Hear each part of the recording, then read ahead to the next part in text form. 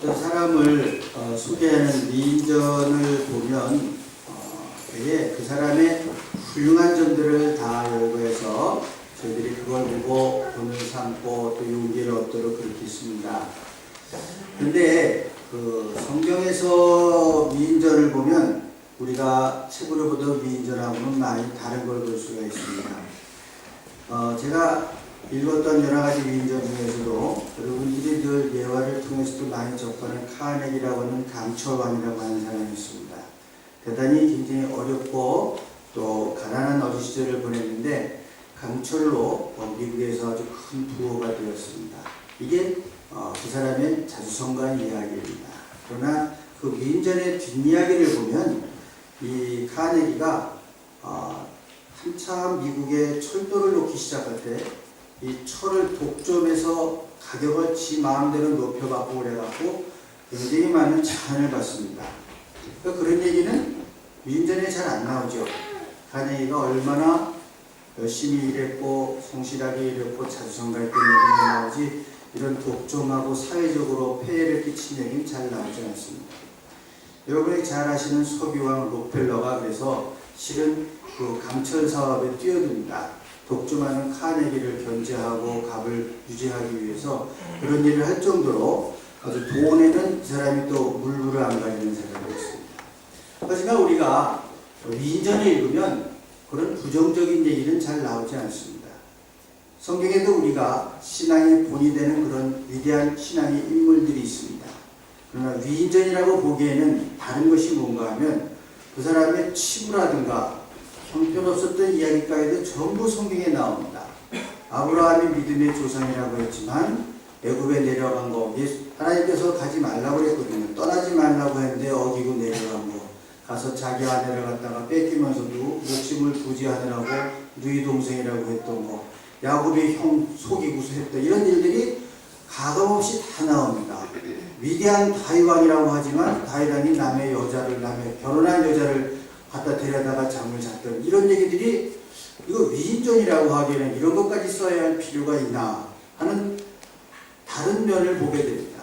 왜냐하면 성경에서 한 인물이라든가 그것을 역사라든가 것을 묘사할 때는 한 인물을 묘사할 때도 그렇고 한 나라의 역사를 묘사할 때도 그렇고 역사가의 눈에 초점이 있는 것이 아니라 그 사람과 그 역사를 이루어가시는 야훼 하나님의 시선에 초점이 있기 때문에 그렇습니다. 그분이 보시는 그대로 쓴 것이 성경입니다. 그렇기 때문에 그분 앞에 있는 사람들의 부족하고 죄짓는 모습들이 가감없이 기록이 됩니다. 오늘 엘리야의 모습도 역시 마찬가지입니다. 위대한 선지자 엘리야고 갈멜산에서 위대한 승리를 한 예언자이지만 그가 한 여자의 원래 영하게 하려면 이세벨에게 쫓겨서 어떻게 했습니까? 차라리 죽여달라고 했습니다. 오늘 나오는 부엘셰바라고 하는 곳은 이 유대 땅의 맨 남부입니다. 단에서 부엘셰바. 그럼 그게 남에서 북까지 끝까지입니다. 그래서 그 남단까지 다 내려가서 거기 이제 네겝 사막 지역입니다. 사막에서는 그냥 죽는다고 생각하면 되는 거예요. 아무것도 없고 햇빛에 죽든지 물이 없어 죽든지 맹수에게 죽든지 그러는 거예요. 그 자기 시종을 부엘세바까지 내려가서 동네에 여기 머물러라 그러고 하룻길을 더 갔다고 하는 것은 그건 죽음의 길입니다. 여러분 가보시면 알지만 거기 버스를 지나갈 때도 정말 삭막해요. 아주 진짜 에어컨이 있는 버스니까 그래도 그냥 가지 얼마나 덥고 건조하고 삭막한지 모릅니다. 거기를 하룻길을 걸어갔다. 그럼 거기서 죽겠다는 얘기죠. 그래서 놀라운 승리를 경험하고 그냥 자기가 승리한 것도 아니고 자기가 기도해서 하나님께서 붕을 내려서 승리를 했는데 이게 다 어디 가고 이제 자기를 죽이겠다고 이세벨 여왕이 군대를 풀어서 쫓아오니까 가서 난 못 살겠다고 죽여달라 이런 얘기입니다. 성경은 이 엘리야까지도 우리와 똑같은 성정을 가진 사람이다 이렇게 기록을 합니다. 그 엘리야의 연약한 모습 아무리 그가 승리를 했고 아무리 그 사람이 대단한 사람이라고 해도 언젠가는 침체에 빠지기도 하고 영적인 침체에 빠지기도 하고 다 놓고 그냥 죽겠다고 하는 그런 엘리야다 이런 얘기입니다. 우리는 엘리야를 위대한 선지자로 기억하고 싶겠지만 하나님께서 보시는 엘리야는 우리와 성정이 똑같은 바로 그러한 사람에 불과했다 이런 얘기입니다. 한마디로 표현하면 대단한 신앙, 기도의 힘, 그 엄청난 무시무시한 아합의 군대와 선지자들 850명이 있는 데서도 끄떡하지 않고 그런 대단한 엘리야가 한순간에 영적인 침체에 빠져버린다고 하는 것입니다. 엘리야 같은 사람이 이렇게 대단한 승리를 가지고 영적인 침체에 빠질 수 있다고 한다면 우리와 같은 사람들은 수시로 빠진다. 뭐 좀 될 것 같으면 하나님 은혜 받은 것 같고 참 감사합니다 그러다가 갑자기 뭐 일이 막히고 뭐가 안 되고 사고가 터지면 뭐 하나님 이거 뭐 그냥 다 죽고 싶다는 생각을 하고 안 될 것 같다고 생각을 하는 것입니다. 이것이 바로 우리들의 신앙의 상태입니다. 내 믿음의 길이라고 하는 것이 항상 그렇게 탄탄대로처럼 독일의 아우토반처럼 쫙 그런 신앙의 길이 없다고 하는 것입니다.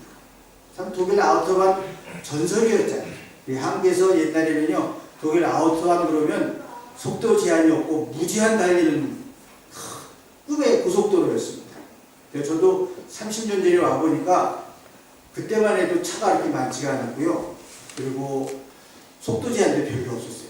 정말 있는 거 밟은 것 같아요. 그러니까 차도 지금처럼 좋지가 않으니까요. 가스를 끝까지 다 밟고 그냥 끝까지 다 밟아도 뭐 200에 날까 말까 하니까 그때는 차가 그래도 그게 얼마나 스릴 있는지 몰라요. 기름은 펑펑 들어가는데 신나갖고 요즘은 많이 좋아졌지만 그때는 뭐 밟으면 기름이 펑펑 들어가는 거예요.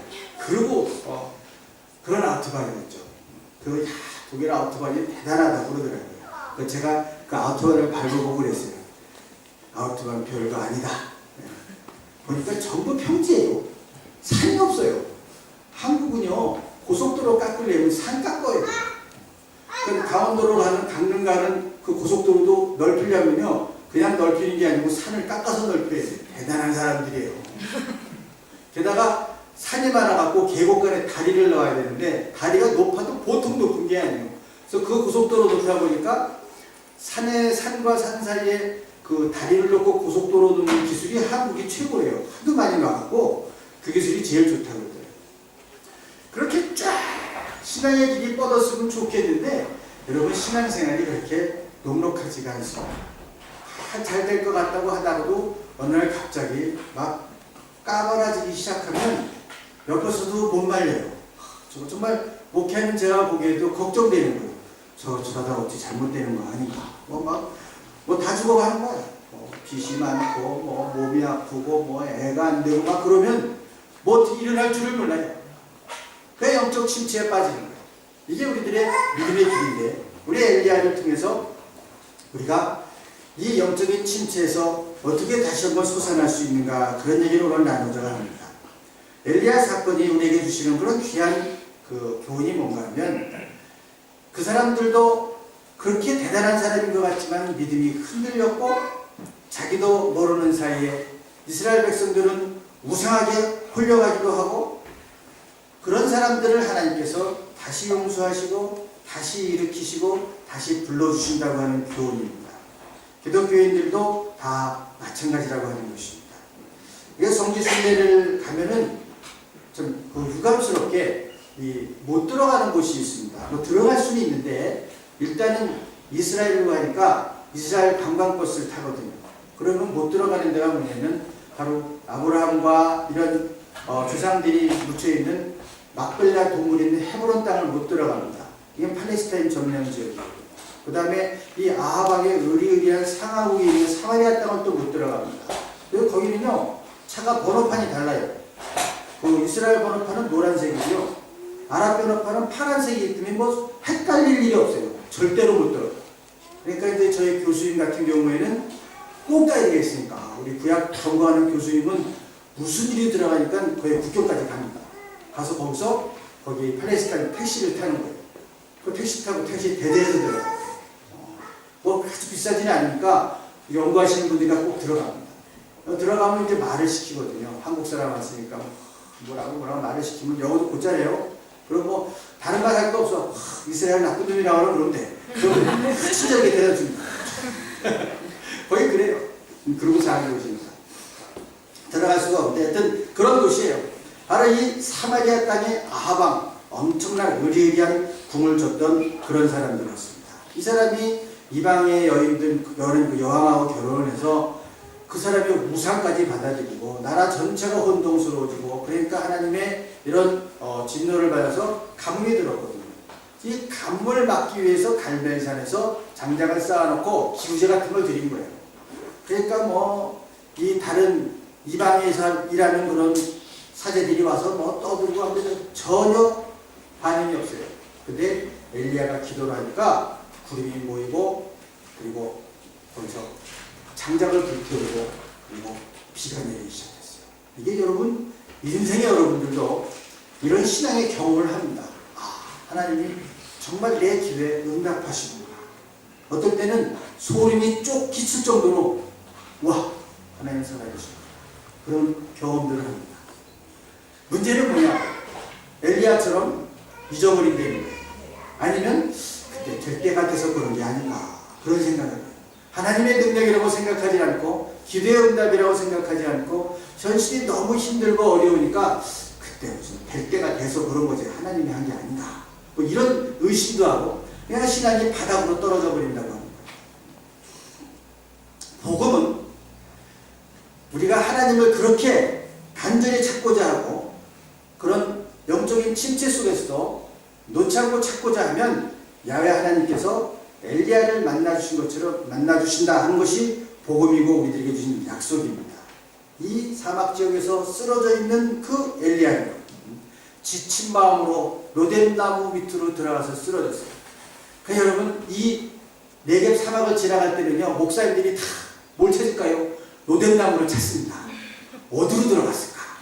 제가 로뎀나무를 찾아보니까 그 나무하고 대단히 큰 줄 알았어요. 그랬더니 한 요 정도 되는 거야.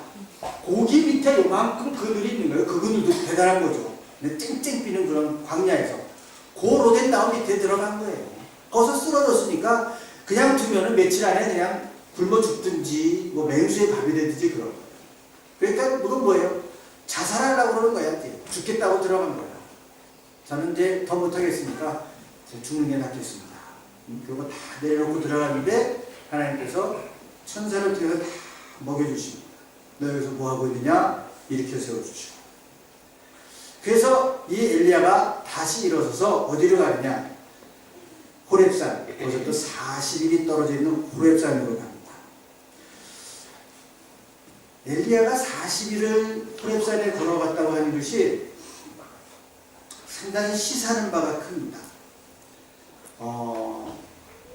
예수님이 시험 받은 것도 40일 동안 광야에서 시험을 받았고요. 엘리야가 걸어간 길도 40일 동안 걸어간 길입니다. 재미있는 것은 요즘 저희들이 한 것은 까미노라고 알려져 있는데 독일어는 야코스백이라고 그러죠. 야고보 성지순례라고 하는데 거기까지 가는 길이 40일입니다. 생잔 피드포르라고 하는 프랑스에서 이 산맥의 산을 넘어서 그 콤포스텔라까지 가는데 딱 800km를 40일 동안 걸어서 갑니다. 그래서 그게 참 의미가 있는 것 같아요. 우리의 신앙의 여정 가운데 이러한 영적인 침체에 빠질 때 어떻게 극복을 것이냐. 이런 영적인 침체가 부지런히 생활을 해도, 열심히 생활을 해도 나타나는 거거든요. 내가 열심히 산다고 영적인 침체가 없는 게 아니고, 내가 부지런히 산다고 영적인 침체가 없는 게 아닙니다. 이 영적인 침체는 누구에나 온다고 하는 것이에요. 그래서 그랬을 경우에 어떻게 할 거냐. 누구에나 찾아오니 영적인 침체. 우리가 성전이 같은 엘리야다라고 표현할 정도로 영적인 침체에 빠진 것은 그 사람이 선지자건 위대한 신앙의 사람이건 다 빠져준다고 하는 거죠. 그냥 지쳐서 그냥 죽었으면 좋겠다 하는데 그 엘리야를 일으켜 세우시고 40일 동안 걸어가도록 했습니다. 여러분, 이 40일의 기간이 바로 우리의 순례의 길입니다. 믿음은 바로 언젠가는 여러분들이 영적인 침체에 빠질 때 이러한 순례의 길을 가실 수밖에 없습니다. 하나님께서 붙들어 주셨을 때 40일을 걸어가는 것처럼 하루아침에 그냥 극복이 되는 것이 아니라 순례의 길을 가는 것처럼 그 길을 걸어가서 주님의 음성을 들으셔야 됩니다. 그 호렙산에 이르렀을 때 하나님께서 만나주시는데 요 바깥에 나가서 서라고 해요. 태풍이 부는데 그 태풍 속에 하나님의 음성이 없습니다. 뭐 우르르 꽝꽝 엘리야 그럴 줄 알았는데 그런 소리가 없어요. 우린 좀 그렇게 좀 화끈하게 불러주시길 원하는데 그런 소리가 없어요. 그러니 지진이 일어나고 엄청난 자연재해가 있어요. 그럼 거기에 하나님의 음성을 들을 거기도 없어요. 오히려 시한 가운데 하나님의 음성이 들렸다. 태풍 가운데도 없었고 지진 가운데도 없었습니다. 그리고 나서 조용하고 여린 목소리가 들려왔습니다. 이제는 귀를 기울여서 들어야 될 시간입니다. 엘리야는 침묵하고 하나님은 말씀하셨습니다. 40일의 믿음의 순례의 길을 가서 하나님의 음성을 듣기를 원하면 여러분 우리는 침묵해야 됩니다. 하나님 난 이게 하고 싶어요. 이게 좋습니다. 이렇게 자기의 요구를 끊임없이 내어놓는 그 자리에서는 하나님의 음성이 들리지 않습니다. 거기는 침묵해야 돼요. 엘리야는 침묵하고 하나님은 말씀하셨습니다. 하나님의 능력은 강한 바람과 지진과 불과 같은 것이 아닙니다. 오히려 이 작은 음성과 같은 것입니다. 사람들은 자기들의 목소리를 줄이고 모든 것을 하나님께 위탁할 때까지 들어야 돼. 그래야 이 작은 음성과 같은 그 소리가 들릴 수가 있습니다. 이것을 실현하는 것이 뭐냐면 바로 여러분들이 영성 수련을 가거나 수도원에 가서 영성 수련할 때 하는 것입니다. 산보라고 그러죠. 그것은 산보라고 안 그러고 땅과 대화를 하라고. 그러면 자기 호흡과 숨이 맞춰서 한 걸음 걸어요. 산보를 하는 거예요. 그래서 자기 소리를 다 내려놔야 돼요. 더 이상 얘기할 것도 없고 생각할 게 없어요. 한 일주일만 그렇게 매일 한번 걸어보세요. 그럼 이제 싹 머리가 비어지는 것 같아. 할 얘기도 없고. 그럴 때 내 내면에서 음성이 들립니다. 그 음성이에요. 그래서 두 가지를 지켜야 된다고 그러죠. 그래서 그런 대화를. 첫째는 짧게 하라. 그리고 자기에 대해서 절대 거짓말하지 마라. 이것까지도 자기까지 거짓말하는 수가 있어요. 근데 자기한테 거짓말하지 말고 짧게 대화하라는 거예요. 거기서 하나님의 음성이 들립니다. 이러한 믿음에 순례길을 가지 않는 사람들은 맨날 무슨 약 먹고 사는 것 같은 거예요. 맨날 뭐 부흥에 쫓아다니고 기도에 쫓아다니고 그러는데 조용해지고 불안해. 한 달 지나면 부흥에 약발이 떨어져가지고 또 좀 괜찮은 부흥을 또 찾아다녀요. 이건 믿음 생활이 아니에요. 거기 하나님의 음성 들리지 않습니다. 이건 약에 취해서 다니는 것과 똑같아요. 이 약은 점점 단위가 세져야 되거든요. 그러니까 점점 센 데로 가다가 2단으로 가는 거예요. 그렇기 때문에 자기의 소리가 그치고 자기의 말이 그친 곳에서 하나님의 음성이 정말 작고 여린 음성으로 들리는 그곳에 가셔야 돼요. 이게 우리의 믿음의 길이고 순례의 길입니다. 누구나 영적인 침체가 찾아오는데 이 길을 가지 않고 신앙생활을 그저 왔다 갔다 왔다 주일날 되면 성경도 안 들고 다니지. 그냥 다 비춰주니까 덜렁덜렁 왔다 집에 갔다가 뭐 기도해 간다 왔다 이래갖고서는 한번 영적인 침체가 찾아오면 자기가 견디지를 못합니다. 그냥 아닌가 봐. 그리고 그냥 내려놓는 사람, 쫓나는 사람, 주저앉아버리는 사람처럼 나요. 그런데 그 영적인 침체를 통해서 오히려 자기가 새로워질 수 있는 그런 믿음의 모습이 되기 위해서는 바로 이런 자기 믿음의 순례의 길을 갈 수 있어야 된다고 하는 것입니다. 그러니까 내가 감당할 수도 없는 그런 엄청난 그런 것이 왔을 때 영적 침체를 극복하는 가장 최선의 방법은 말씀 가까이 하고 그 말씀을 통해서 우리를 치료하시는 하나님의 은혜를 덧입는 것입니다. 그러기 위해서는 여러분들이 순례의 길을 가셔야 됩니다. 모든 사람들에게 이 믿음의 순례의 길이 필요합니다. 그냥 왔다 갔다 한다고 성경 많이 읽는다고 되는 게 아니에요. 성경을 많이 읽고 물론 중요합니다. 많이 읽고 그 성경이 나에게 말씀할 수 있어야 돼요. 그 성경을 통해서 하나님이 나에게 말씀하도록 해야지 그냥 마구 읽는다고 되는 게 아니다. 그래서 큐티라는 것도 하고 묵상이라는 것도 하고 자꾸 말씀을 깊이 읽어보려고 하는 거예요. 오늘도 제가 이 말씀을 준비하면서 깊이 같이 읽어봤습니다. 여러분 한번 같이 생각해 봅시다. 큐티 시간이라고 생각하고 엄청난 승리를 했어요. 와, 하나님 나와 함께 하시는구나. 그런데 갑자기 다 죽게 됐어요. 그래서 난 차라리 죽었으면 좋겠습니다. 근데 하나님께서 일으켰어. 가라. 그래서 호렙산을 40일을 걸어갔습니다. 제가 이걸 생각하면서 묵상한 게 뭐냐면, 엘리야는 40일 동안 무슨 생각을 했을까? 무슨 마음으로 40일 걸어갔을까? 그러면 깊이 생각해 보세요. 그 위대한 삶의 승리가 있었고 다 죽어갈 뻔했는데 이제 하나님의 음성 하나 듣겠다고 40일을 걸어간다. 그 40일 동안 그는 무슨 생각을 했을까? 저는요, 그 40일을 걸어봤거든요. 까미노를 40일을 걸어서 800km를 걸어서 콤포스텔라까지 갔는데 그 경험이 있어 조금 이해가 돼요. 하여튼 모든 생각은 다 해요. 자기가 지났던 생각들, 또 뭐 자기하고 불화했던 사람들, 또 제가 기쁘고 정말 그때 좋았던 그런 일들, 세상을 다 얻은 것 같은 그런 기뻤던 날들이 다 지나갑니다. 그 생각 속에서. 그러면서 40일을 걸어가면서 보통 때하고 다른 건 뭐냐면, 내가 그렇게 기뻤다, 내가 이렇게 승리한 것 같았다, 내가 처절히 패배한 것 같았다, 그 모든 순간들을 뭐에 비춰서 보는가 하면 인간 승리라든가 인간 패배가 아니라 하나님이 어떻게 생각하셨을까로 전부 비춰지게 되어 있습니다. 이게 순례의 길의 특징이에요. 여러분도 시간이 되면 한번 열흘이다 한번 2주에 한번 가보십시오. 가보면 뭐 단체로 가도 다 상관없어요. 뭐 단체로 50명이 가도 어차피 걸을 때는 전부 각자 걸어가기 때문에 먹고 잘 때만 단체예요. 걸어갈 때는 전부 따로따로 걸어갑니다. 뭐 둘이 얘기하는 수 거의 없어요. 걸어가는 거예요. 40일 동안 800km 걸어가는데 그런 생각들이 떠오를 때마다 어떨 때는 가슴이 뭉클하고 어떨 때는 걸어가면서 눈물이 쭉 흘러요. 그게 하나님을 만나는 그런 시간이고 순례의 길이에요. 근데 우리 믿음의 가운데서 이 순례의 길을 가면 좋지만 거기까지 가지 않더라도 믿음 생활이 그러한 모습으로 순례의 길을 가는 모습이어야 된다고 하는 것입니다. 제가 그때 참 크게 깨달은 게 뭐냐면요, 가다 보면 비가 와요. 그 걸어가는 사람이 비가 오니까 우산을 쓰고 갈 수는 없어요. 빨리 걸어가야 되니까. 그래서 우비를 쓰든지 아니면 그냥 맞으면서 걸어갑니다. 근데 둘 다 마찬가지예요. 맞으면서 걸어가면 비에 젖고 우비 쓰면은 안에서 땀에 젖습니다. 그래서 가보면 젖기는 똑같아요. 하나는 땀에 젖고 하나는 비에 젖는 것이지. 그러고 가는데 어떤 사람도요, 이 순례길을 가는데 비가 오잖아요. 독에서 비가 보세요. 궁시렁궁시렁 오잖아요. 비가 또 오면 아까까지 태양이 비치다가 왜 이 모양이냐? 독일 날씨 궁시렁 막 이러잖아요.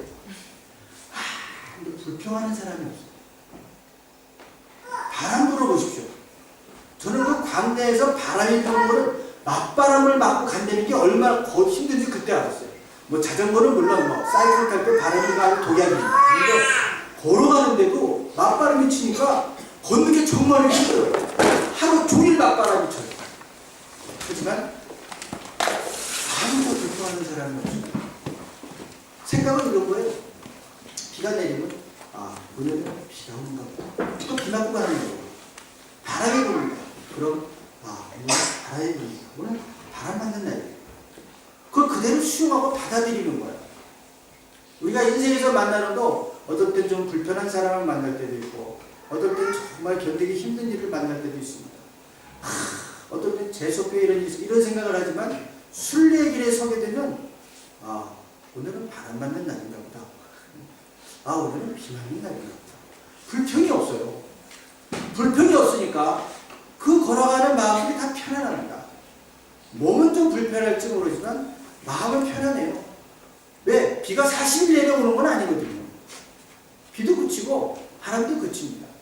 제가 일전에 얘기를 했을 때 한번 예화를 들었었는데 다윗과 솔로몬이 왕들이 끼는 반지가 있다고 해요. 그 반지에 글씨가 써 있다고 해요. 무슨 글씨가 써 있을까요? 누가 보내 24K를 모르는데 왕들이 다 24K지 뭐 그런 거 끼겠어요. 이런 글씨가 떴대요. 이 또한 지나갑니다. 그 왕으로서 통치라고 하려면 얼마나 힘들고 어려운 결정의 일들이 많겠어요. 그때마다 좌절한다고 한다면 그 지도력을 발휘할 수 없을 거예요. 그 반지에는 이 또한 지나간다. 써야 돼요. 이게 순례기라고 참 비슷해요. 바람이 부는 날은 바람을 맞는 것이고 비가 오는 날은 비를 맞는 거예요. 그러고 가는 거예요. 엘리야는 이 40일을 가면서 바로 그러한 순례길을 걸었을 거라고 상상이 되더라고요. 한 번은 승리할 적도 있었지. 내 인생에 참 화려한 날이었어. 갈멜산에서 그 못된 이방 제사들을 다 엎어버리고 하나님께서 역사하시는 그 놀라운 그 장면 나 보았지. 이사벨이 쫓아서 죽을 뻔했었지. 하지만 죽지 않았잖아요. 하나님께서 나를 또 일으키셨어. 그러한 고백과 자기 삶을 돌아보는 그 고백 속에서 40일을 가지 않았겠나 그런 생각을 합니다. 우리 신앙생활에요. 이러한 순간과 이러한 순례길이 필요하다고 하는 것입니다. 신앙생활하면서 지금 우리 사순절을 받습니다. 사순절이 바로 그러한 기간이에요. 사순절이 며칠이요? 40일. 똑같아요. 이 40일을 엘리야가 40일을 걸어갔던 것처럼 예수님께서 광야에서 40일 동안 시험을 받으신 것처럼 까미노의 길을 가는 사람이 40일 동안 800km를 걸어가는 것처럼 그러한 마음으로 사순절을 지내야 되겠다는 것입니다. 한 번쯤은 1년에 한 번쯤은 이 40일을 그러한 믿음의 순례의 길로 조용히 가져가는 것입니다. 그때 하나님께서 우리에게 말씀해 주시고 조용한 음성으로 내가 그렇게 힘들어했고 내가 놓지 못했던 그런 부분을 분명히 말씀해 주실 것입니다. 오늘날 여러분 우리가 어떤 소리를 듣고 사십니까? 강한 바람 소리를 듣고 사십니까? 우리를 현혹하는 지진과 불길의 소리를 듣고 사십니까? 하나님의 음성은 고요한 가운데 우리에게 들려오게 되어 있습니다. 사람의 소리가 그치는 곳에서 하나님의 소리를 들을 수가 있습니다.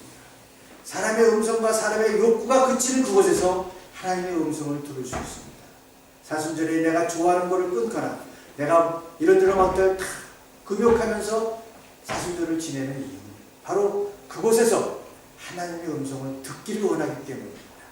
무작정 그냥 예수님의 십자가를 묵상하는 거야 하면서 그런 것이 아니라 예수님의 십자가를 묵상하며 40일을 순례의 길을 가는 것입니다.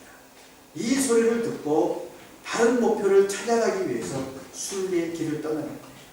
엘리야가 40일 동안 걸어간 그 길은 실은 바로 이 순례의 길이었습니다. 지치고 탈진한 엘리야가 이 순례의 길을 통해서 하나님을 만나게 되고 그 음성을 듣고 새로운 사명에 불타게 됩니다. 다시 그 열정과 뜨거움을 회복하게 된다고 하는 것입니다. 이 열정과 뜨거움은 이리저리 뛰어다닌다고 생기는 게 아닙니다. 이러한 40일 동안 그분의 음성을 듣기 위한 깊은 그 순례의 길 가운데에서 다시 그 열정과 뜨거움이 회복되는 것입니다.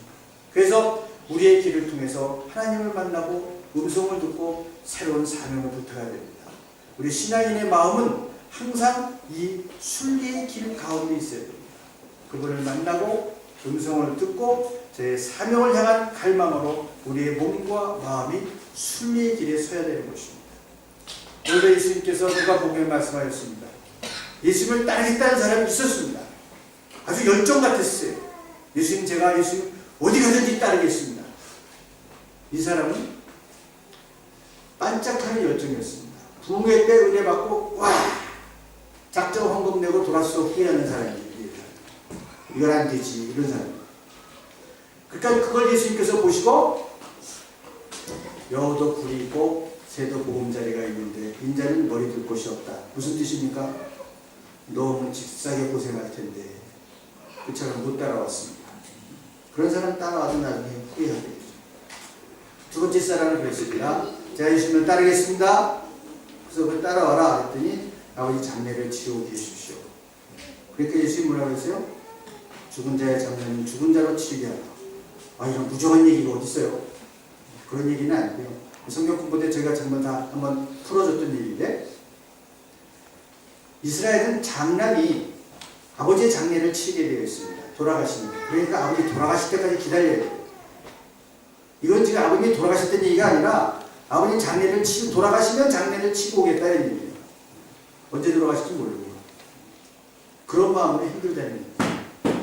제가 똑같은 예를 한번 들었었는데 영국에서 그런 일이 있어요. 영국에서 선교 사업으로 아프리카에 있는 젊은 청년 지도자들을 데려다가 유학을 시켜서 다시 재파송을 합니다. 그래서 이제 영국 선교사들이 흑인 청년아를 아이 청년은 똑똑하고 사명이 있다. 그래서 영국 선교본부에다가 연락을 했습니다. 그래서 생활비, 장학금 다 해갖고 불렀어요. 그랬더니 아버님 장애는 치료고 가야 되는 거예요. 그래서 그러냐고. 아버님이 연세가 40살이에요. 그런 얘기예요. 죽은 자의 장례는 죽은 자에게 치르게 하라. 그런 얘기입니다. 이 사람은 결국은 세상에 붙잡혀서 못 돌아오는 거죠. 세 번째 사람은 뭐예요? 그 사람 예수님 따르겠다고 했거든요. 그러니까 따라와라. 그러니까 가족한테 인사를 하고 오기 때문에 거예요. 이 사람들이 왜 그랬을까요?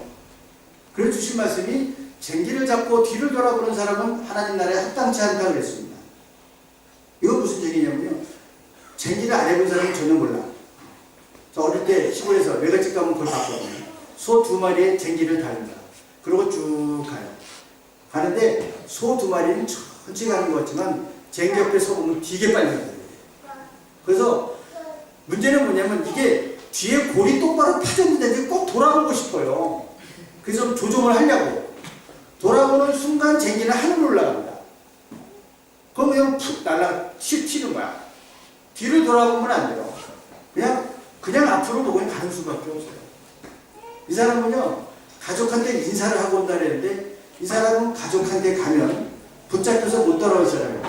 야, 네가 부모님을 두고 가면 되느냐, 뭐 처자를 두고 가, 이래서 못 빠져나올 사람이에요. 그래서 쟁기를 보고 뒤를 돌아오는 사람은 하나님 나라에 합당치 않다, 이렇게 얘기합니다. 여러분, 우리가 이렇게 일순간의 열정, 내가 신앙 정말 멋있게 하겠습니다. 제가 정말 열심히 기도하겠습니다. 이래서 되는 게 아니다, 이런 얘기입니다. 오늘 예수님이 주신 말씀이에요. 한순간의 열정, 한순간의 그런 충동, 한순간의 결단 갖고 되는 일이 아니라 우리의 믿음의 길은 순례의 길과 같다고 하는 거예요.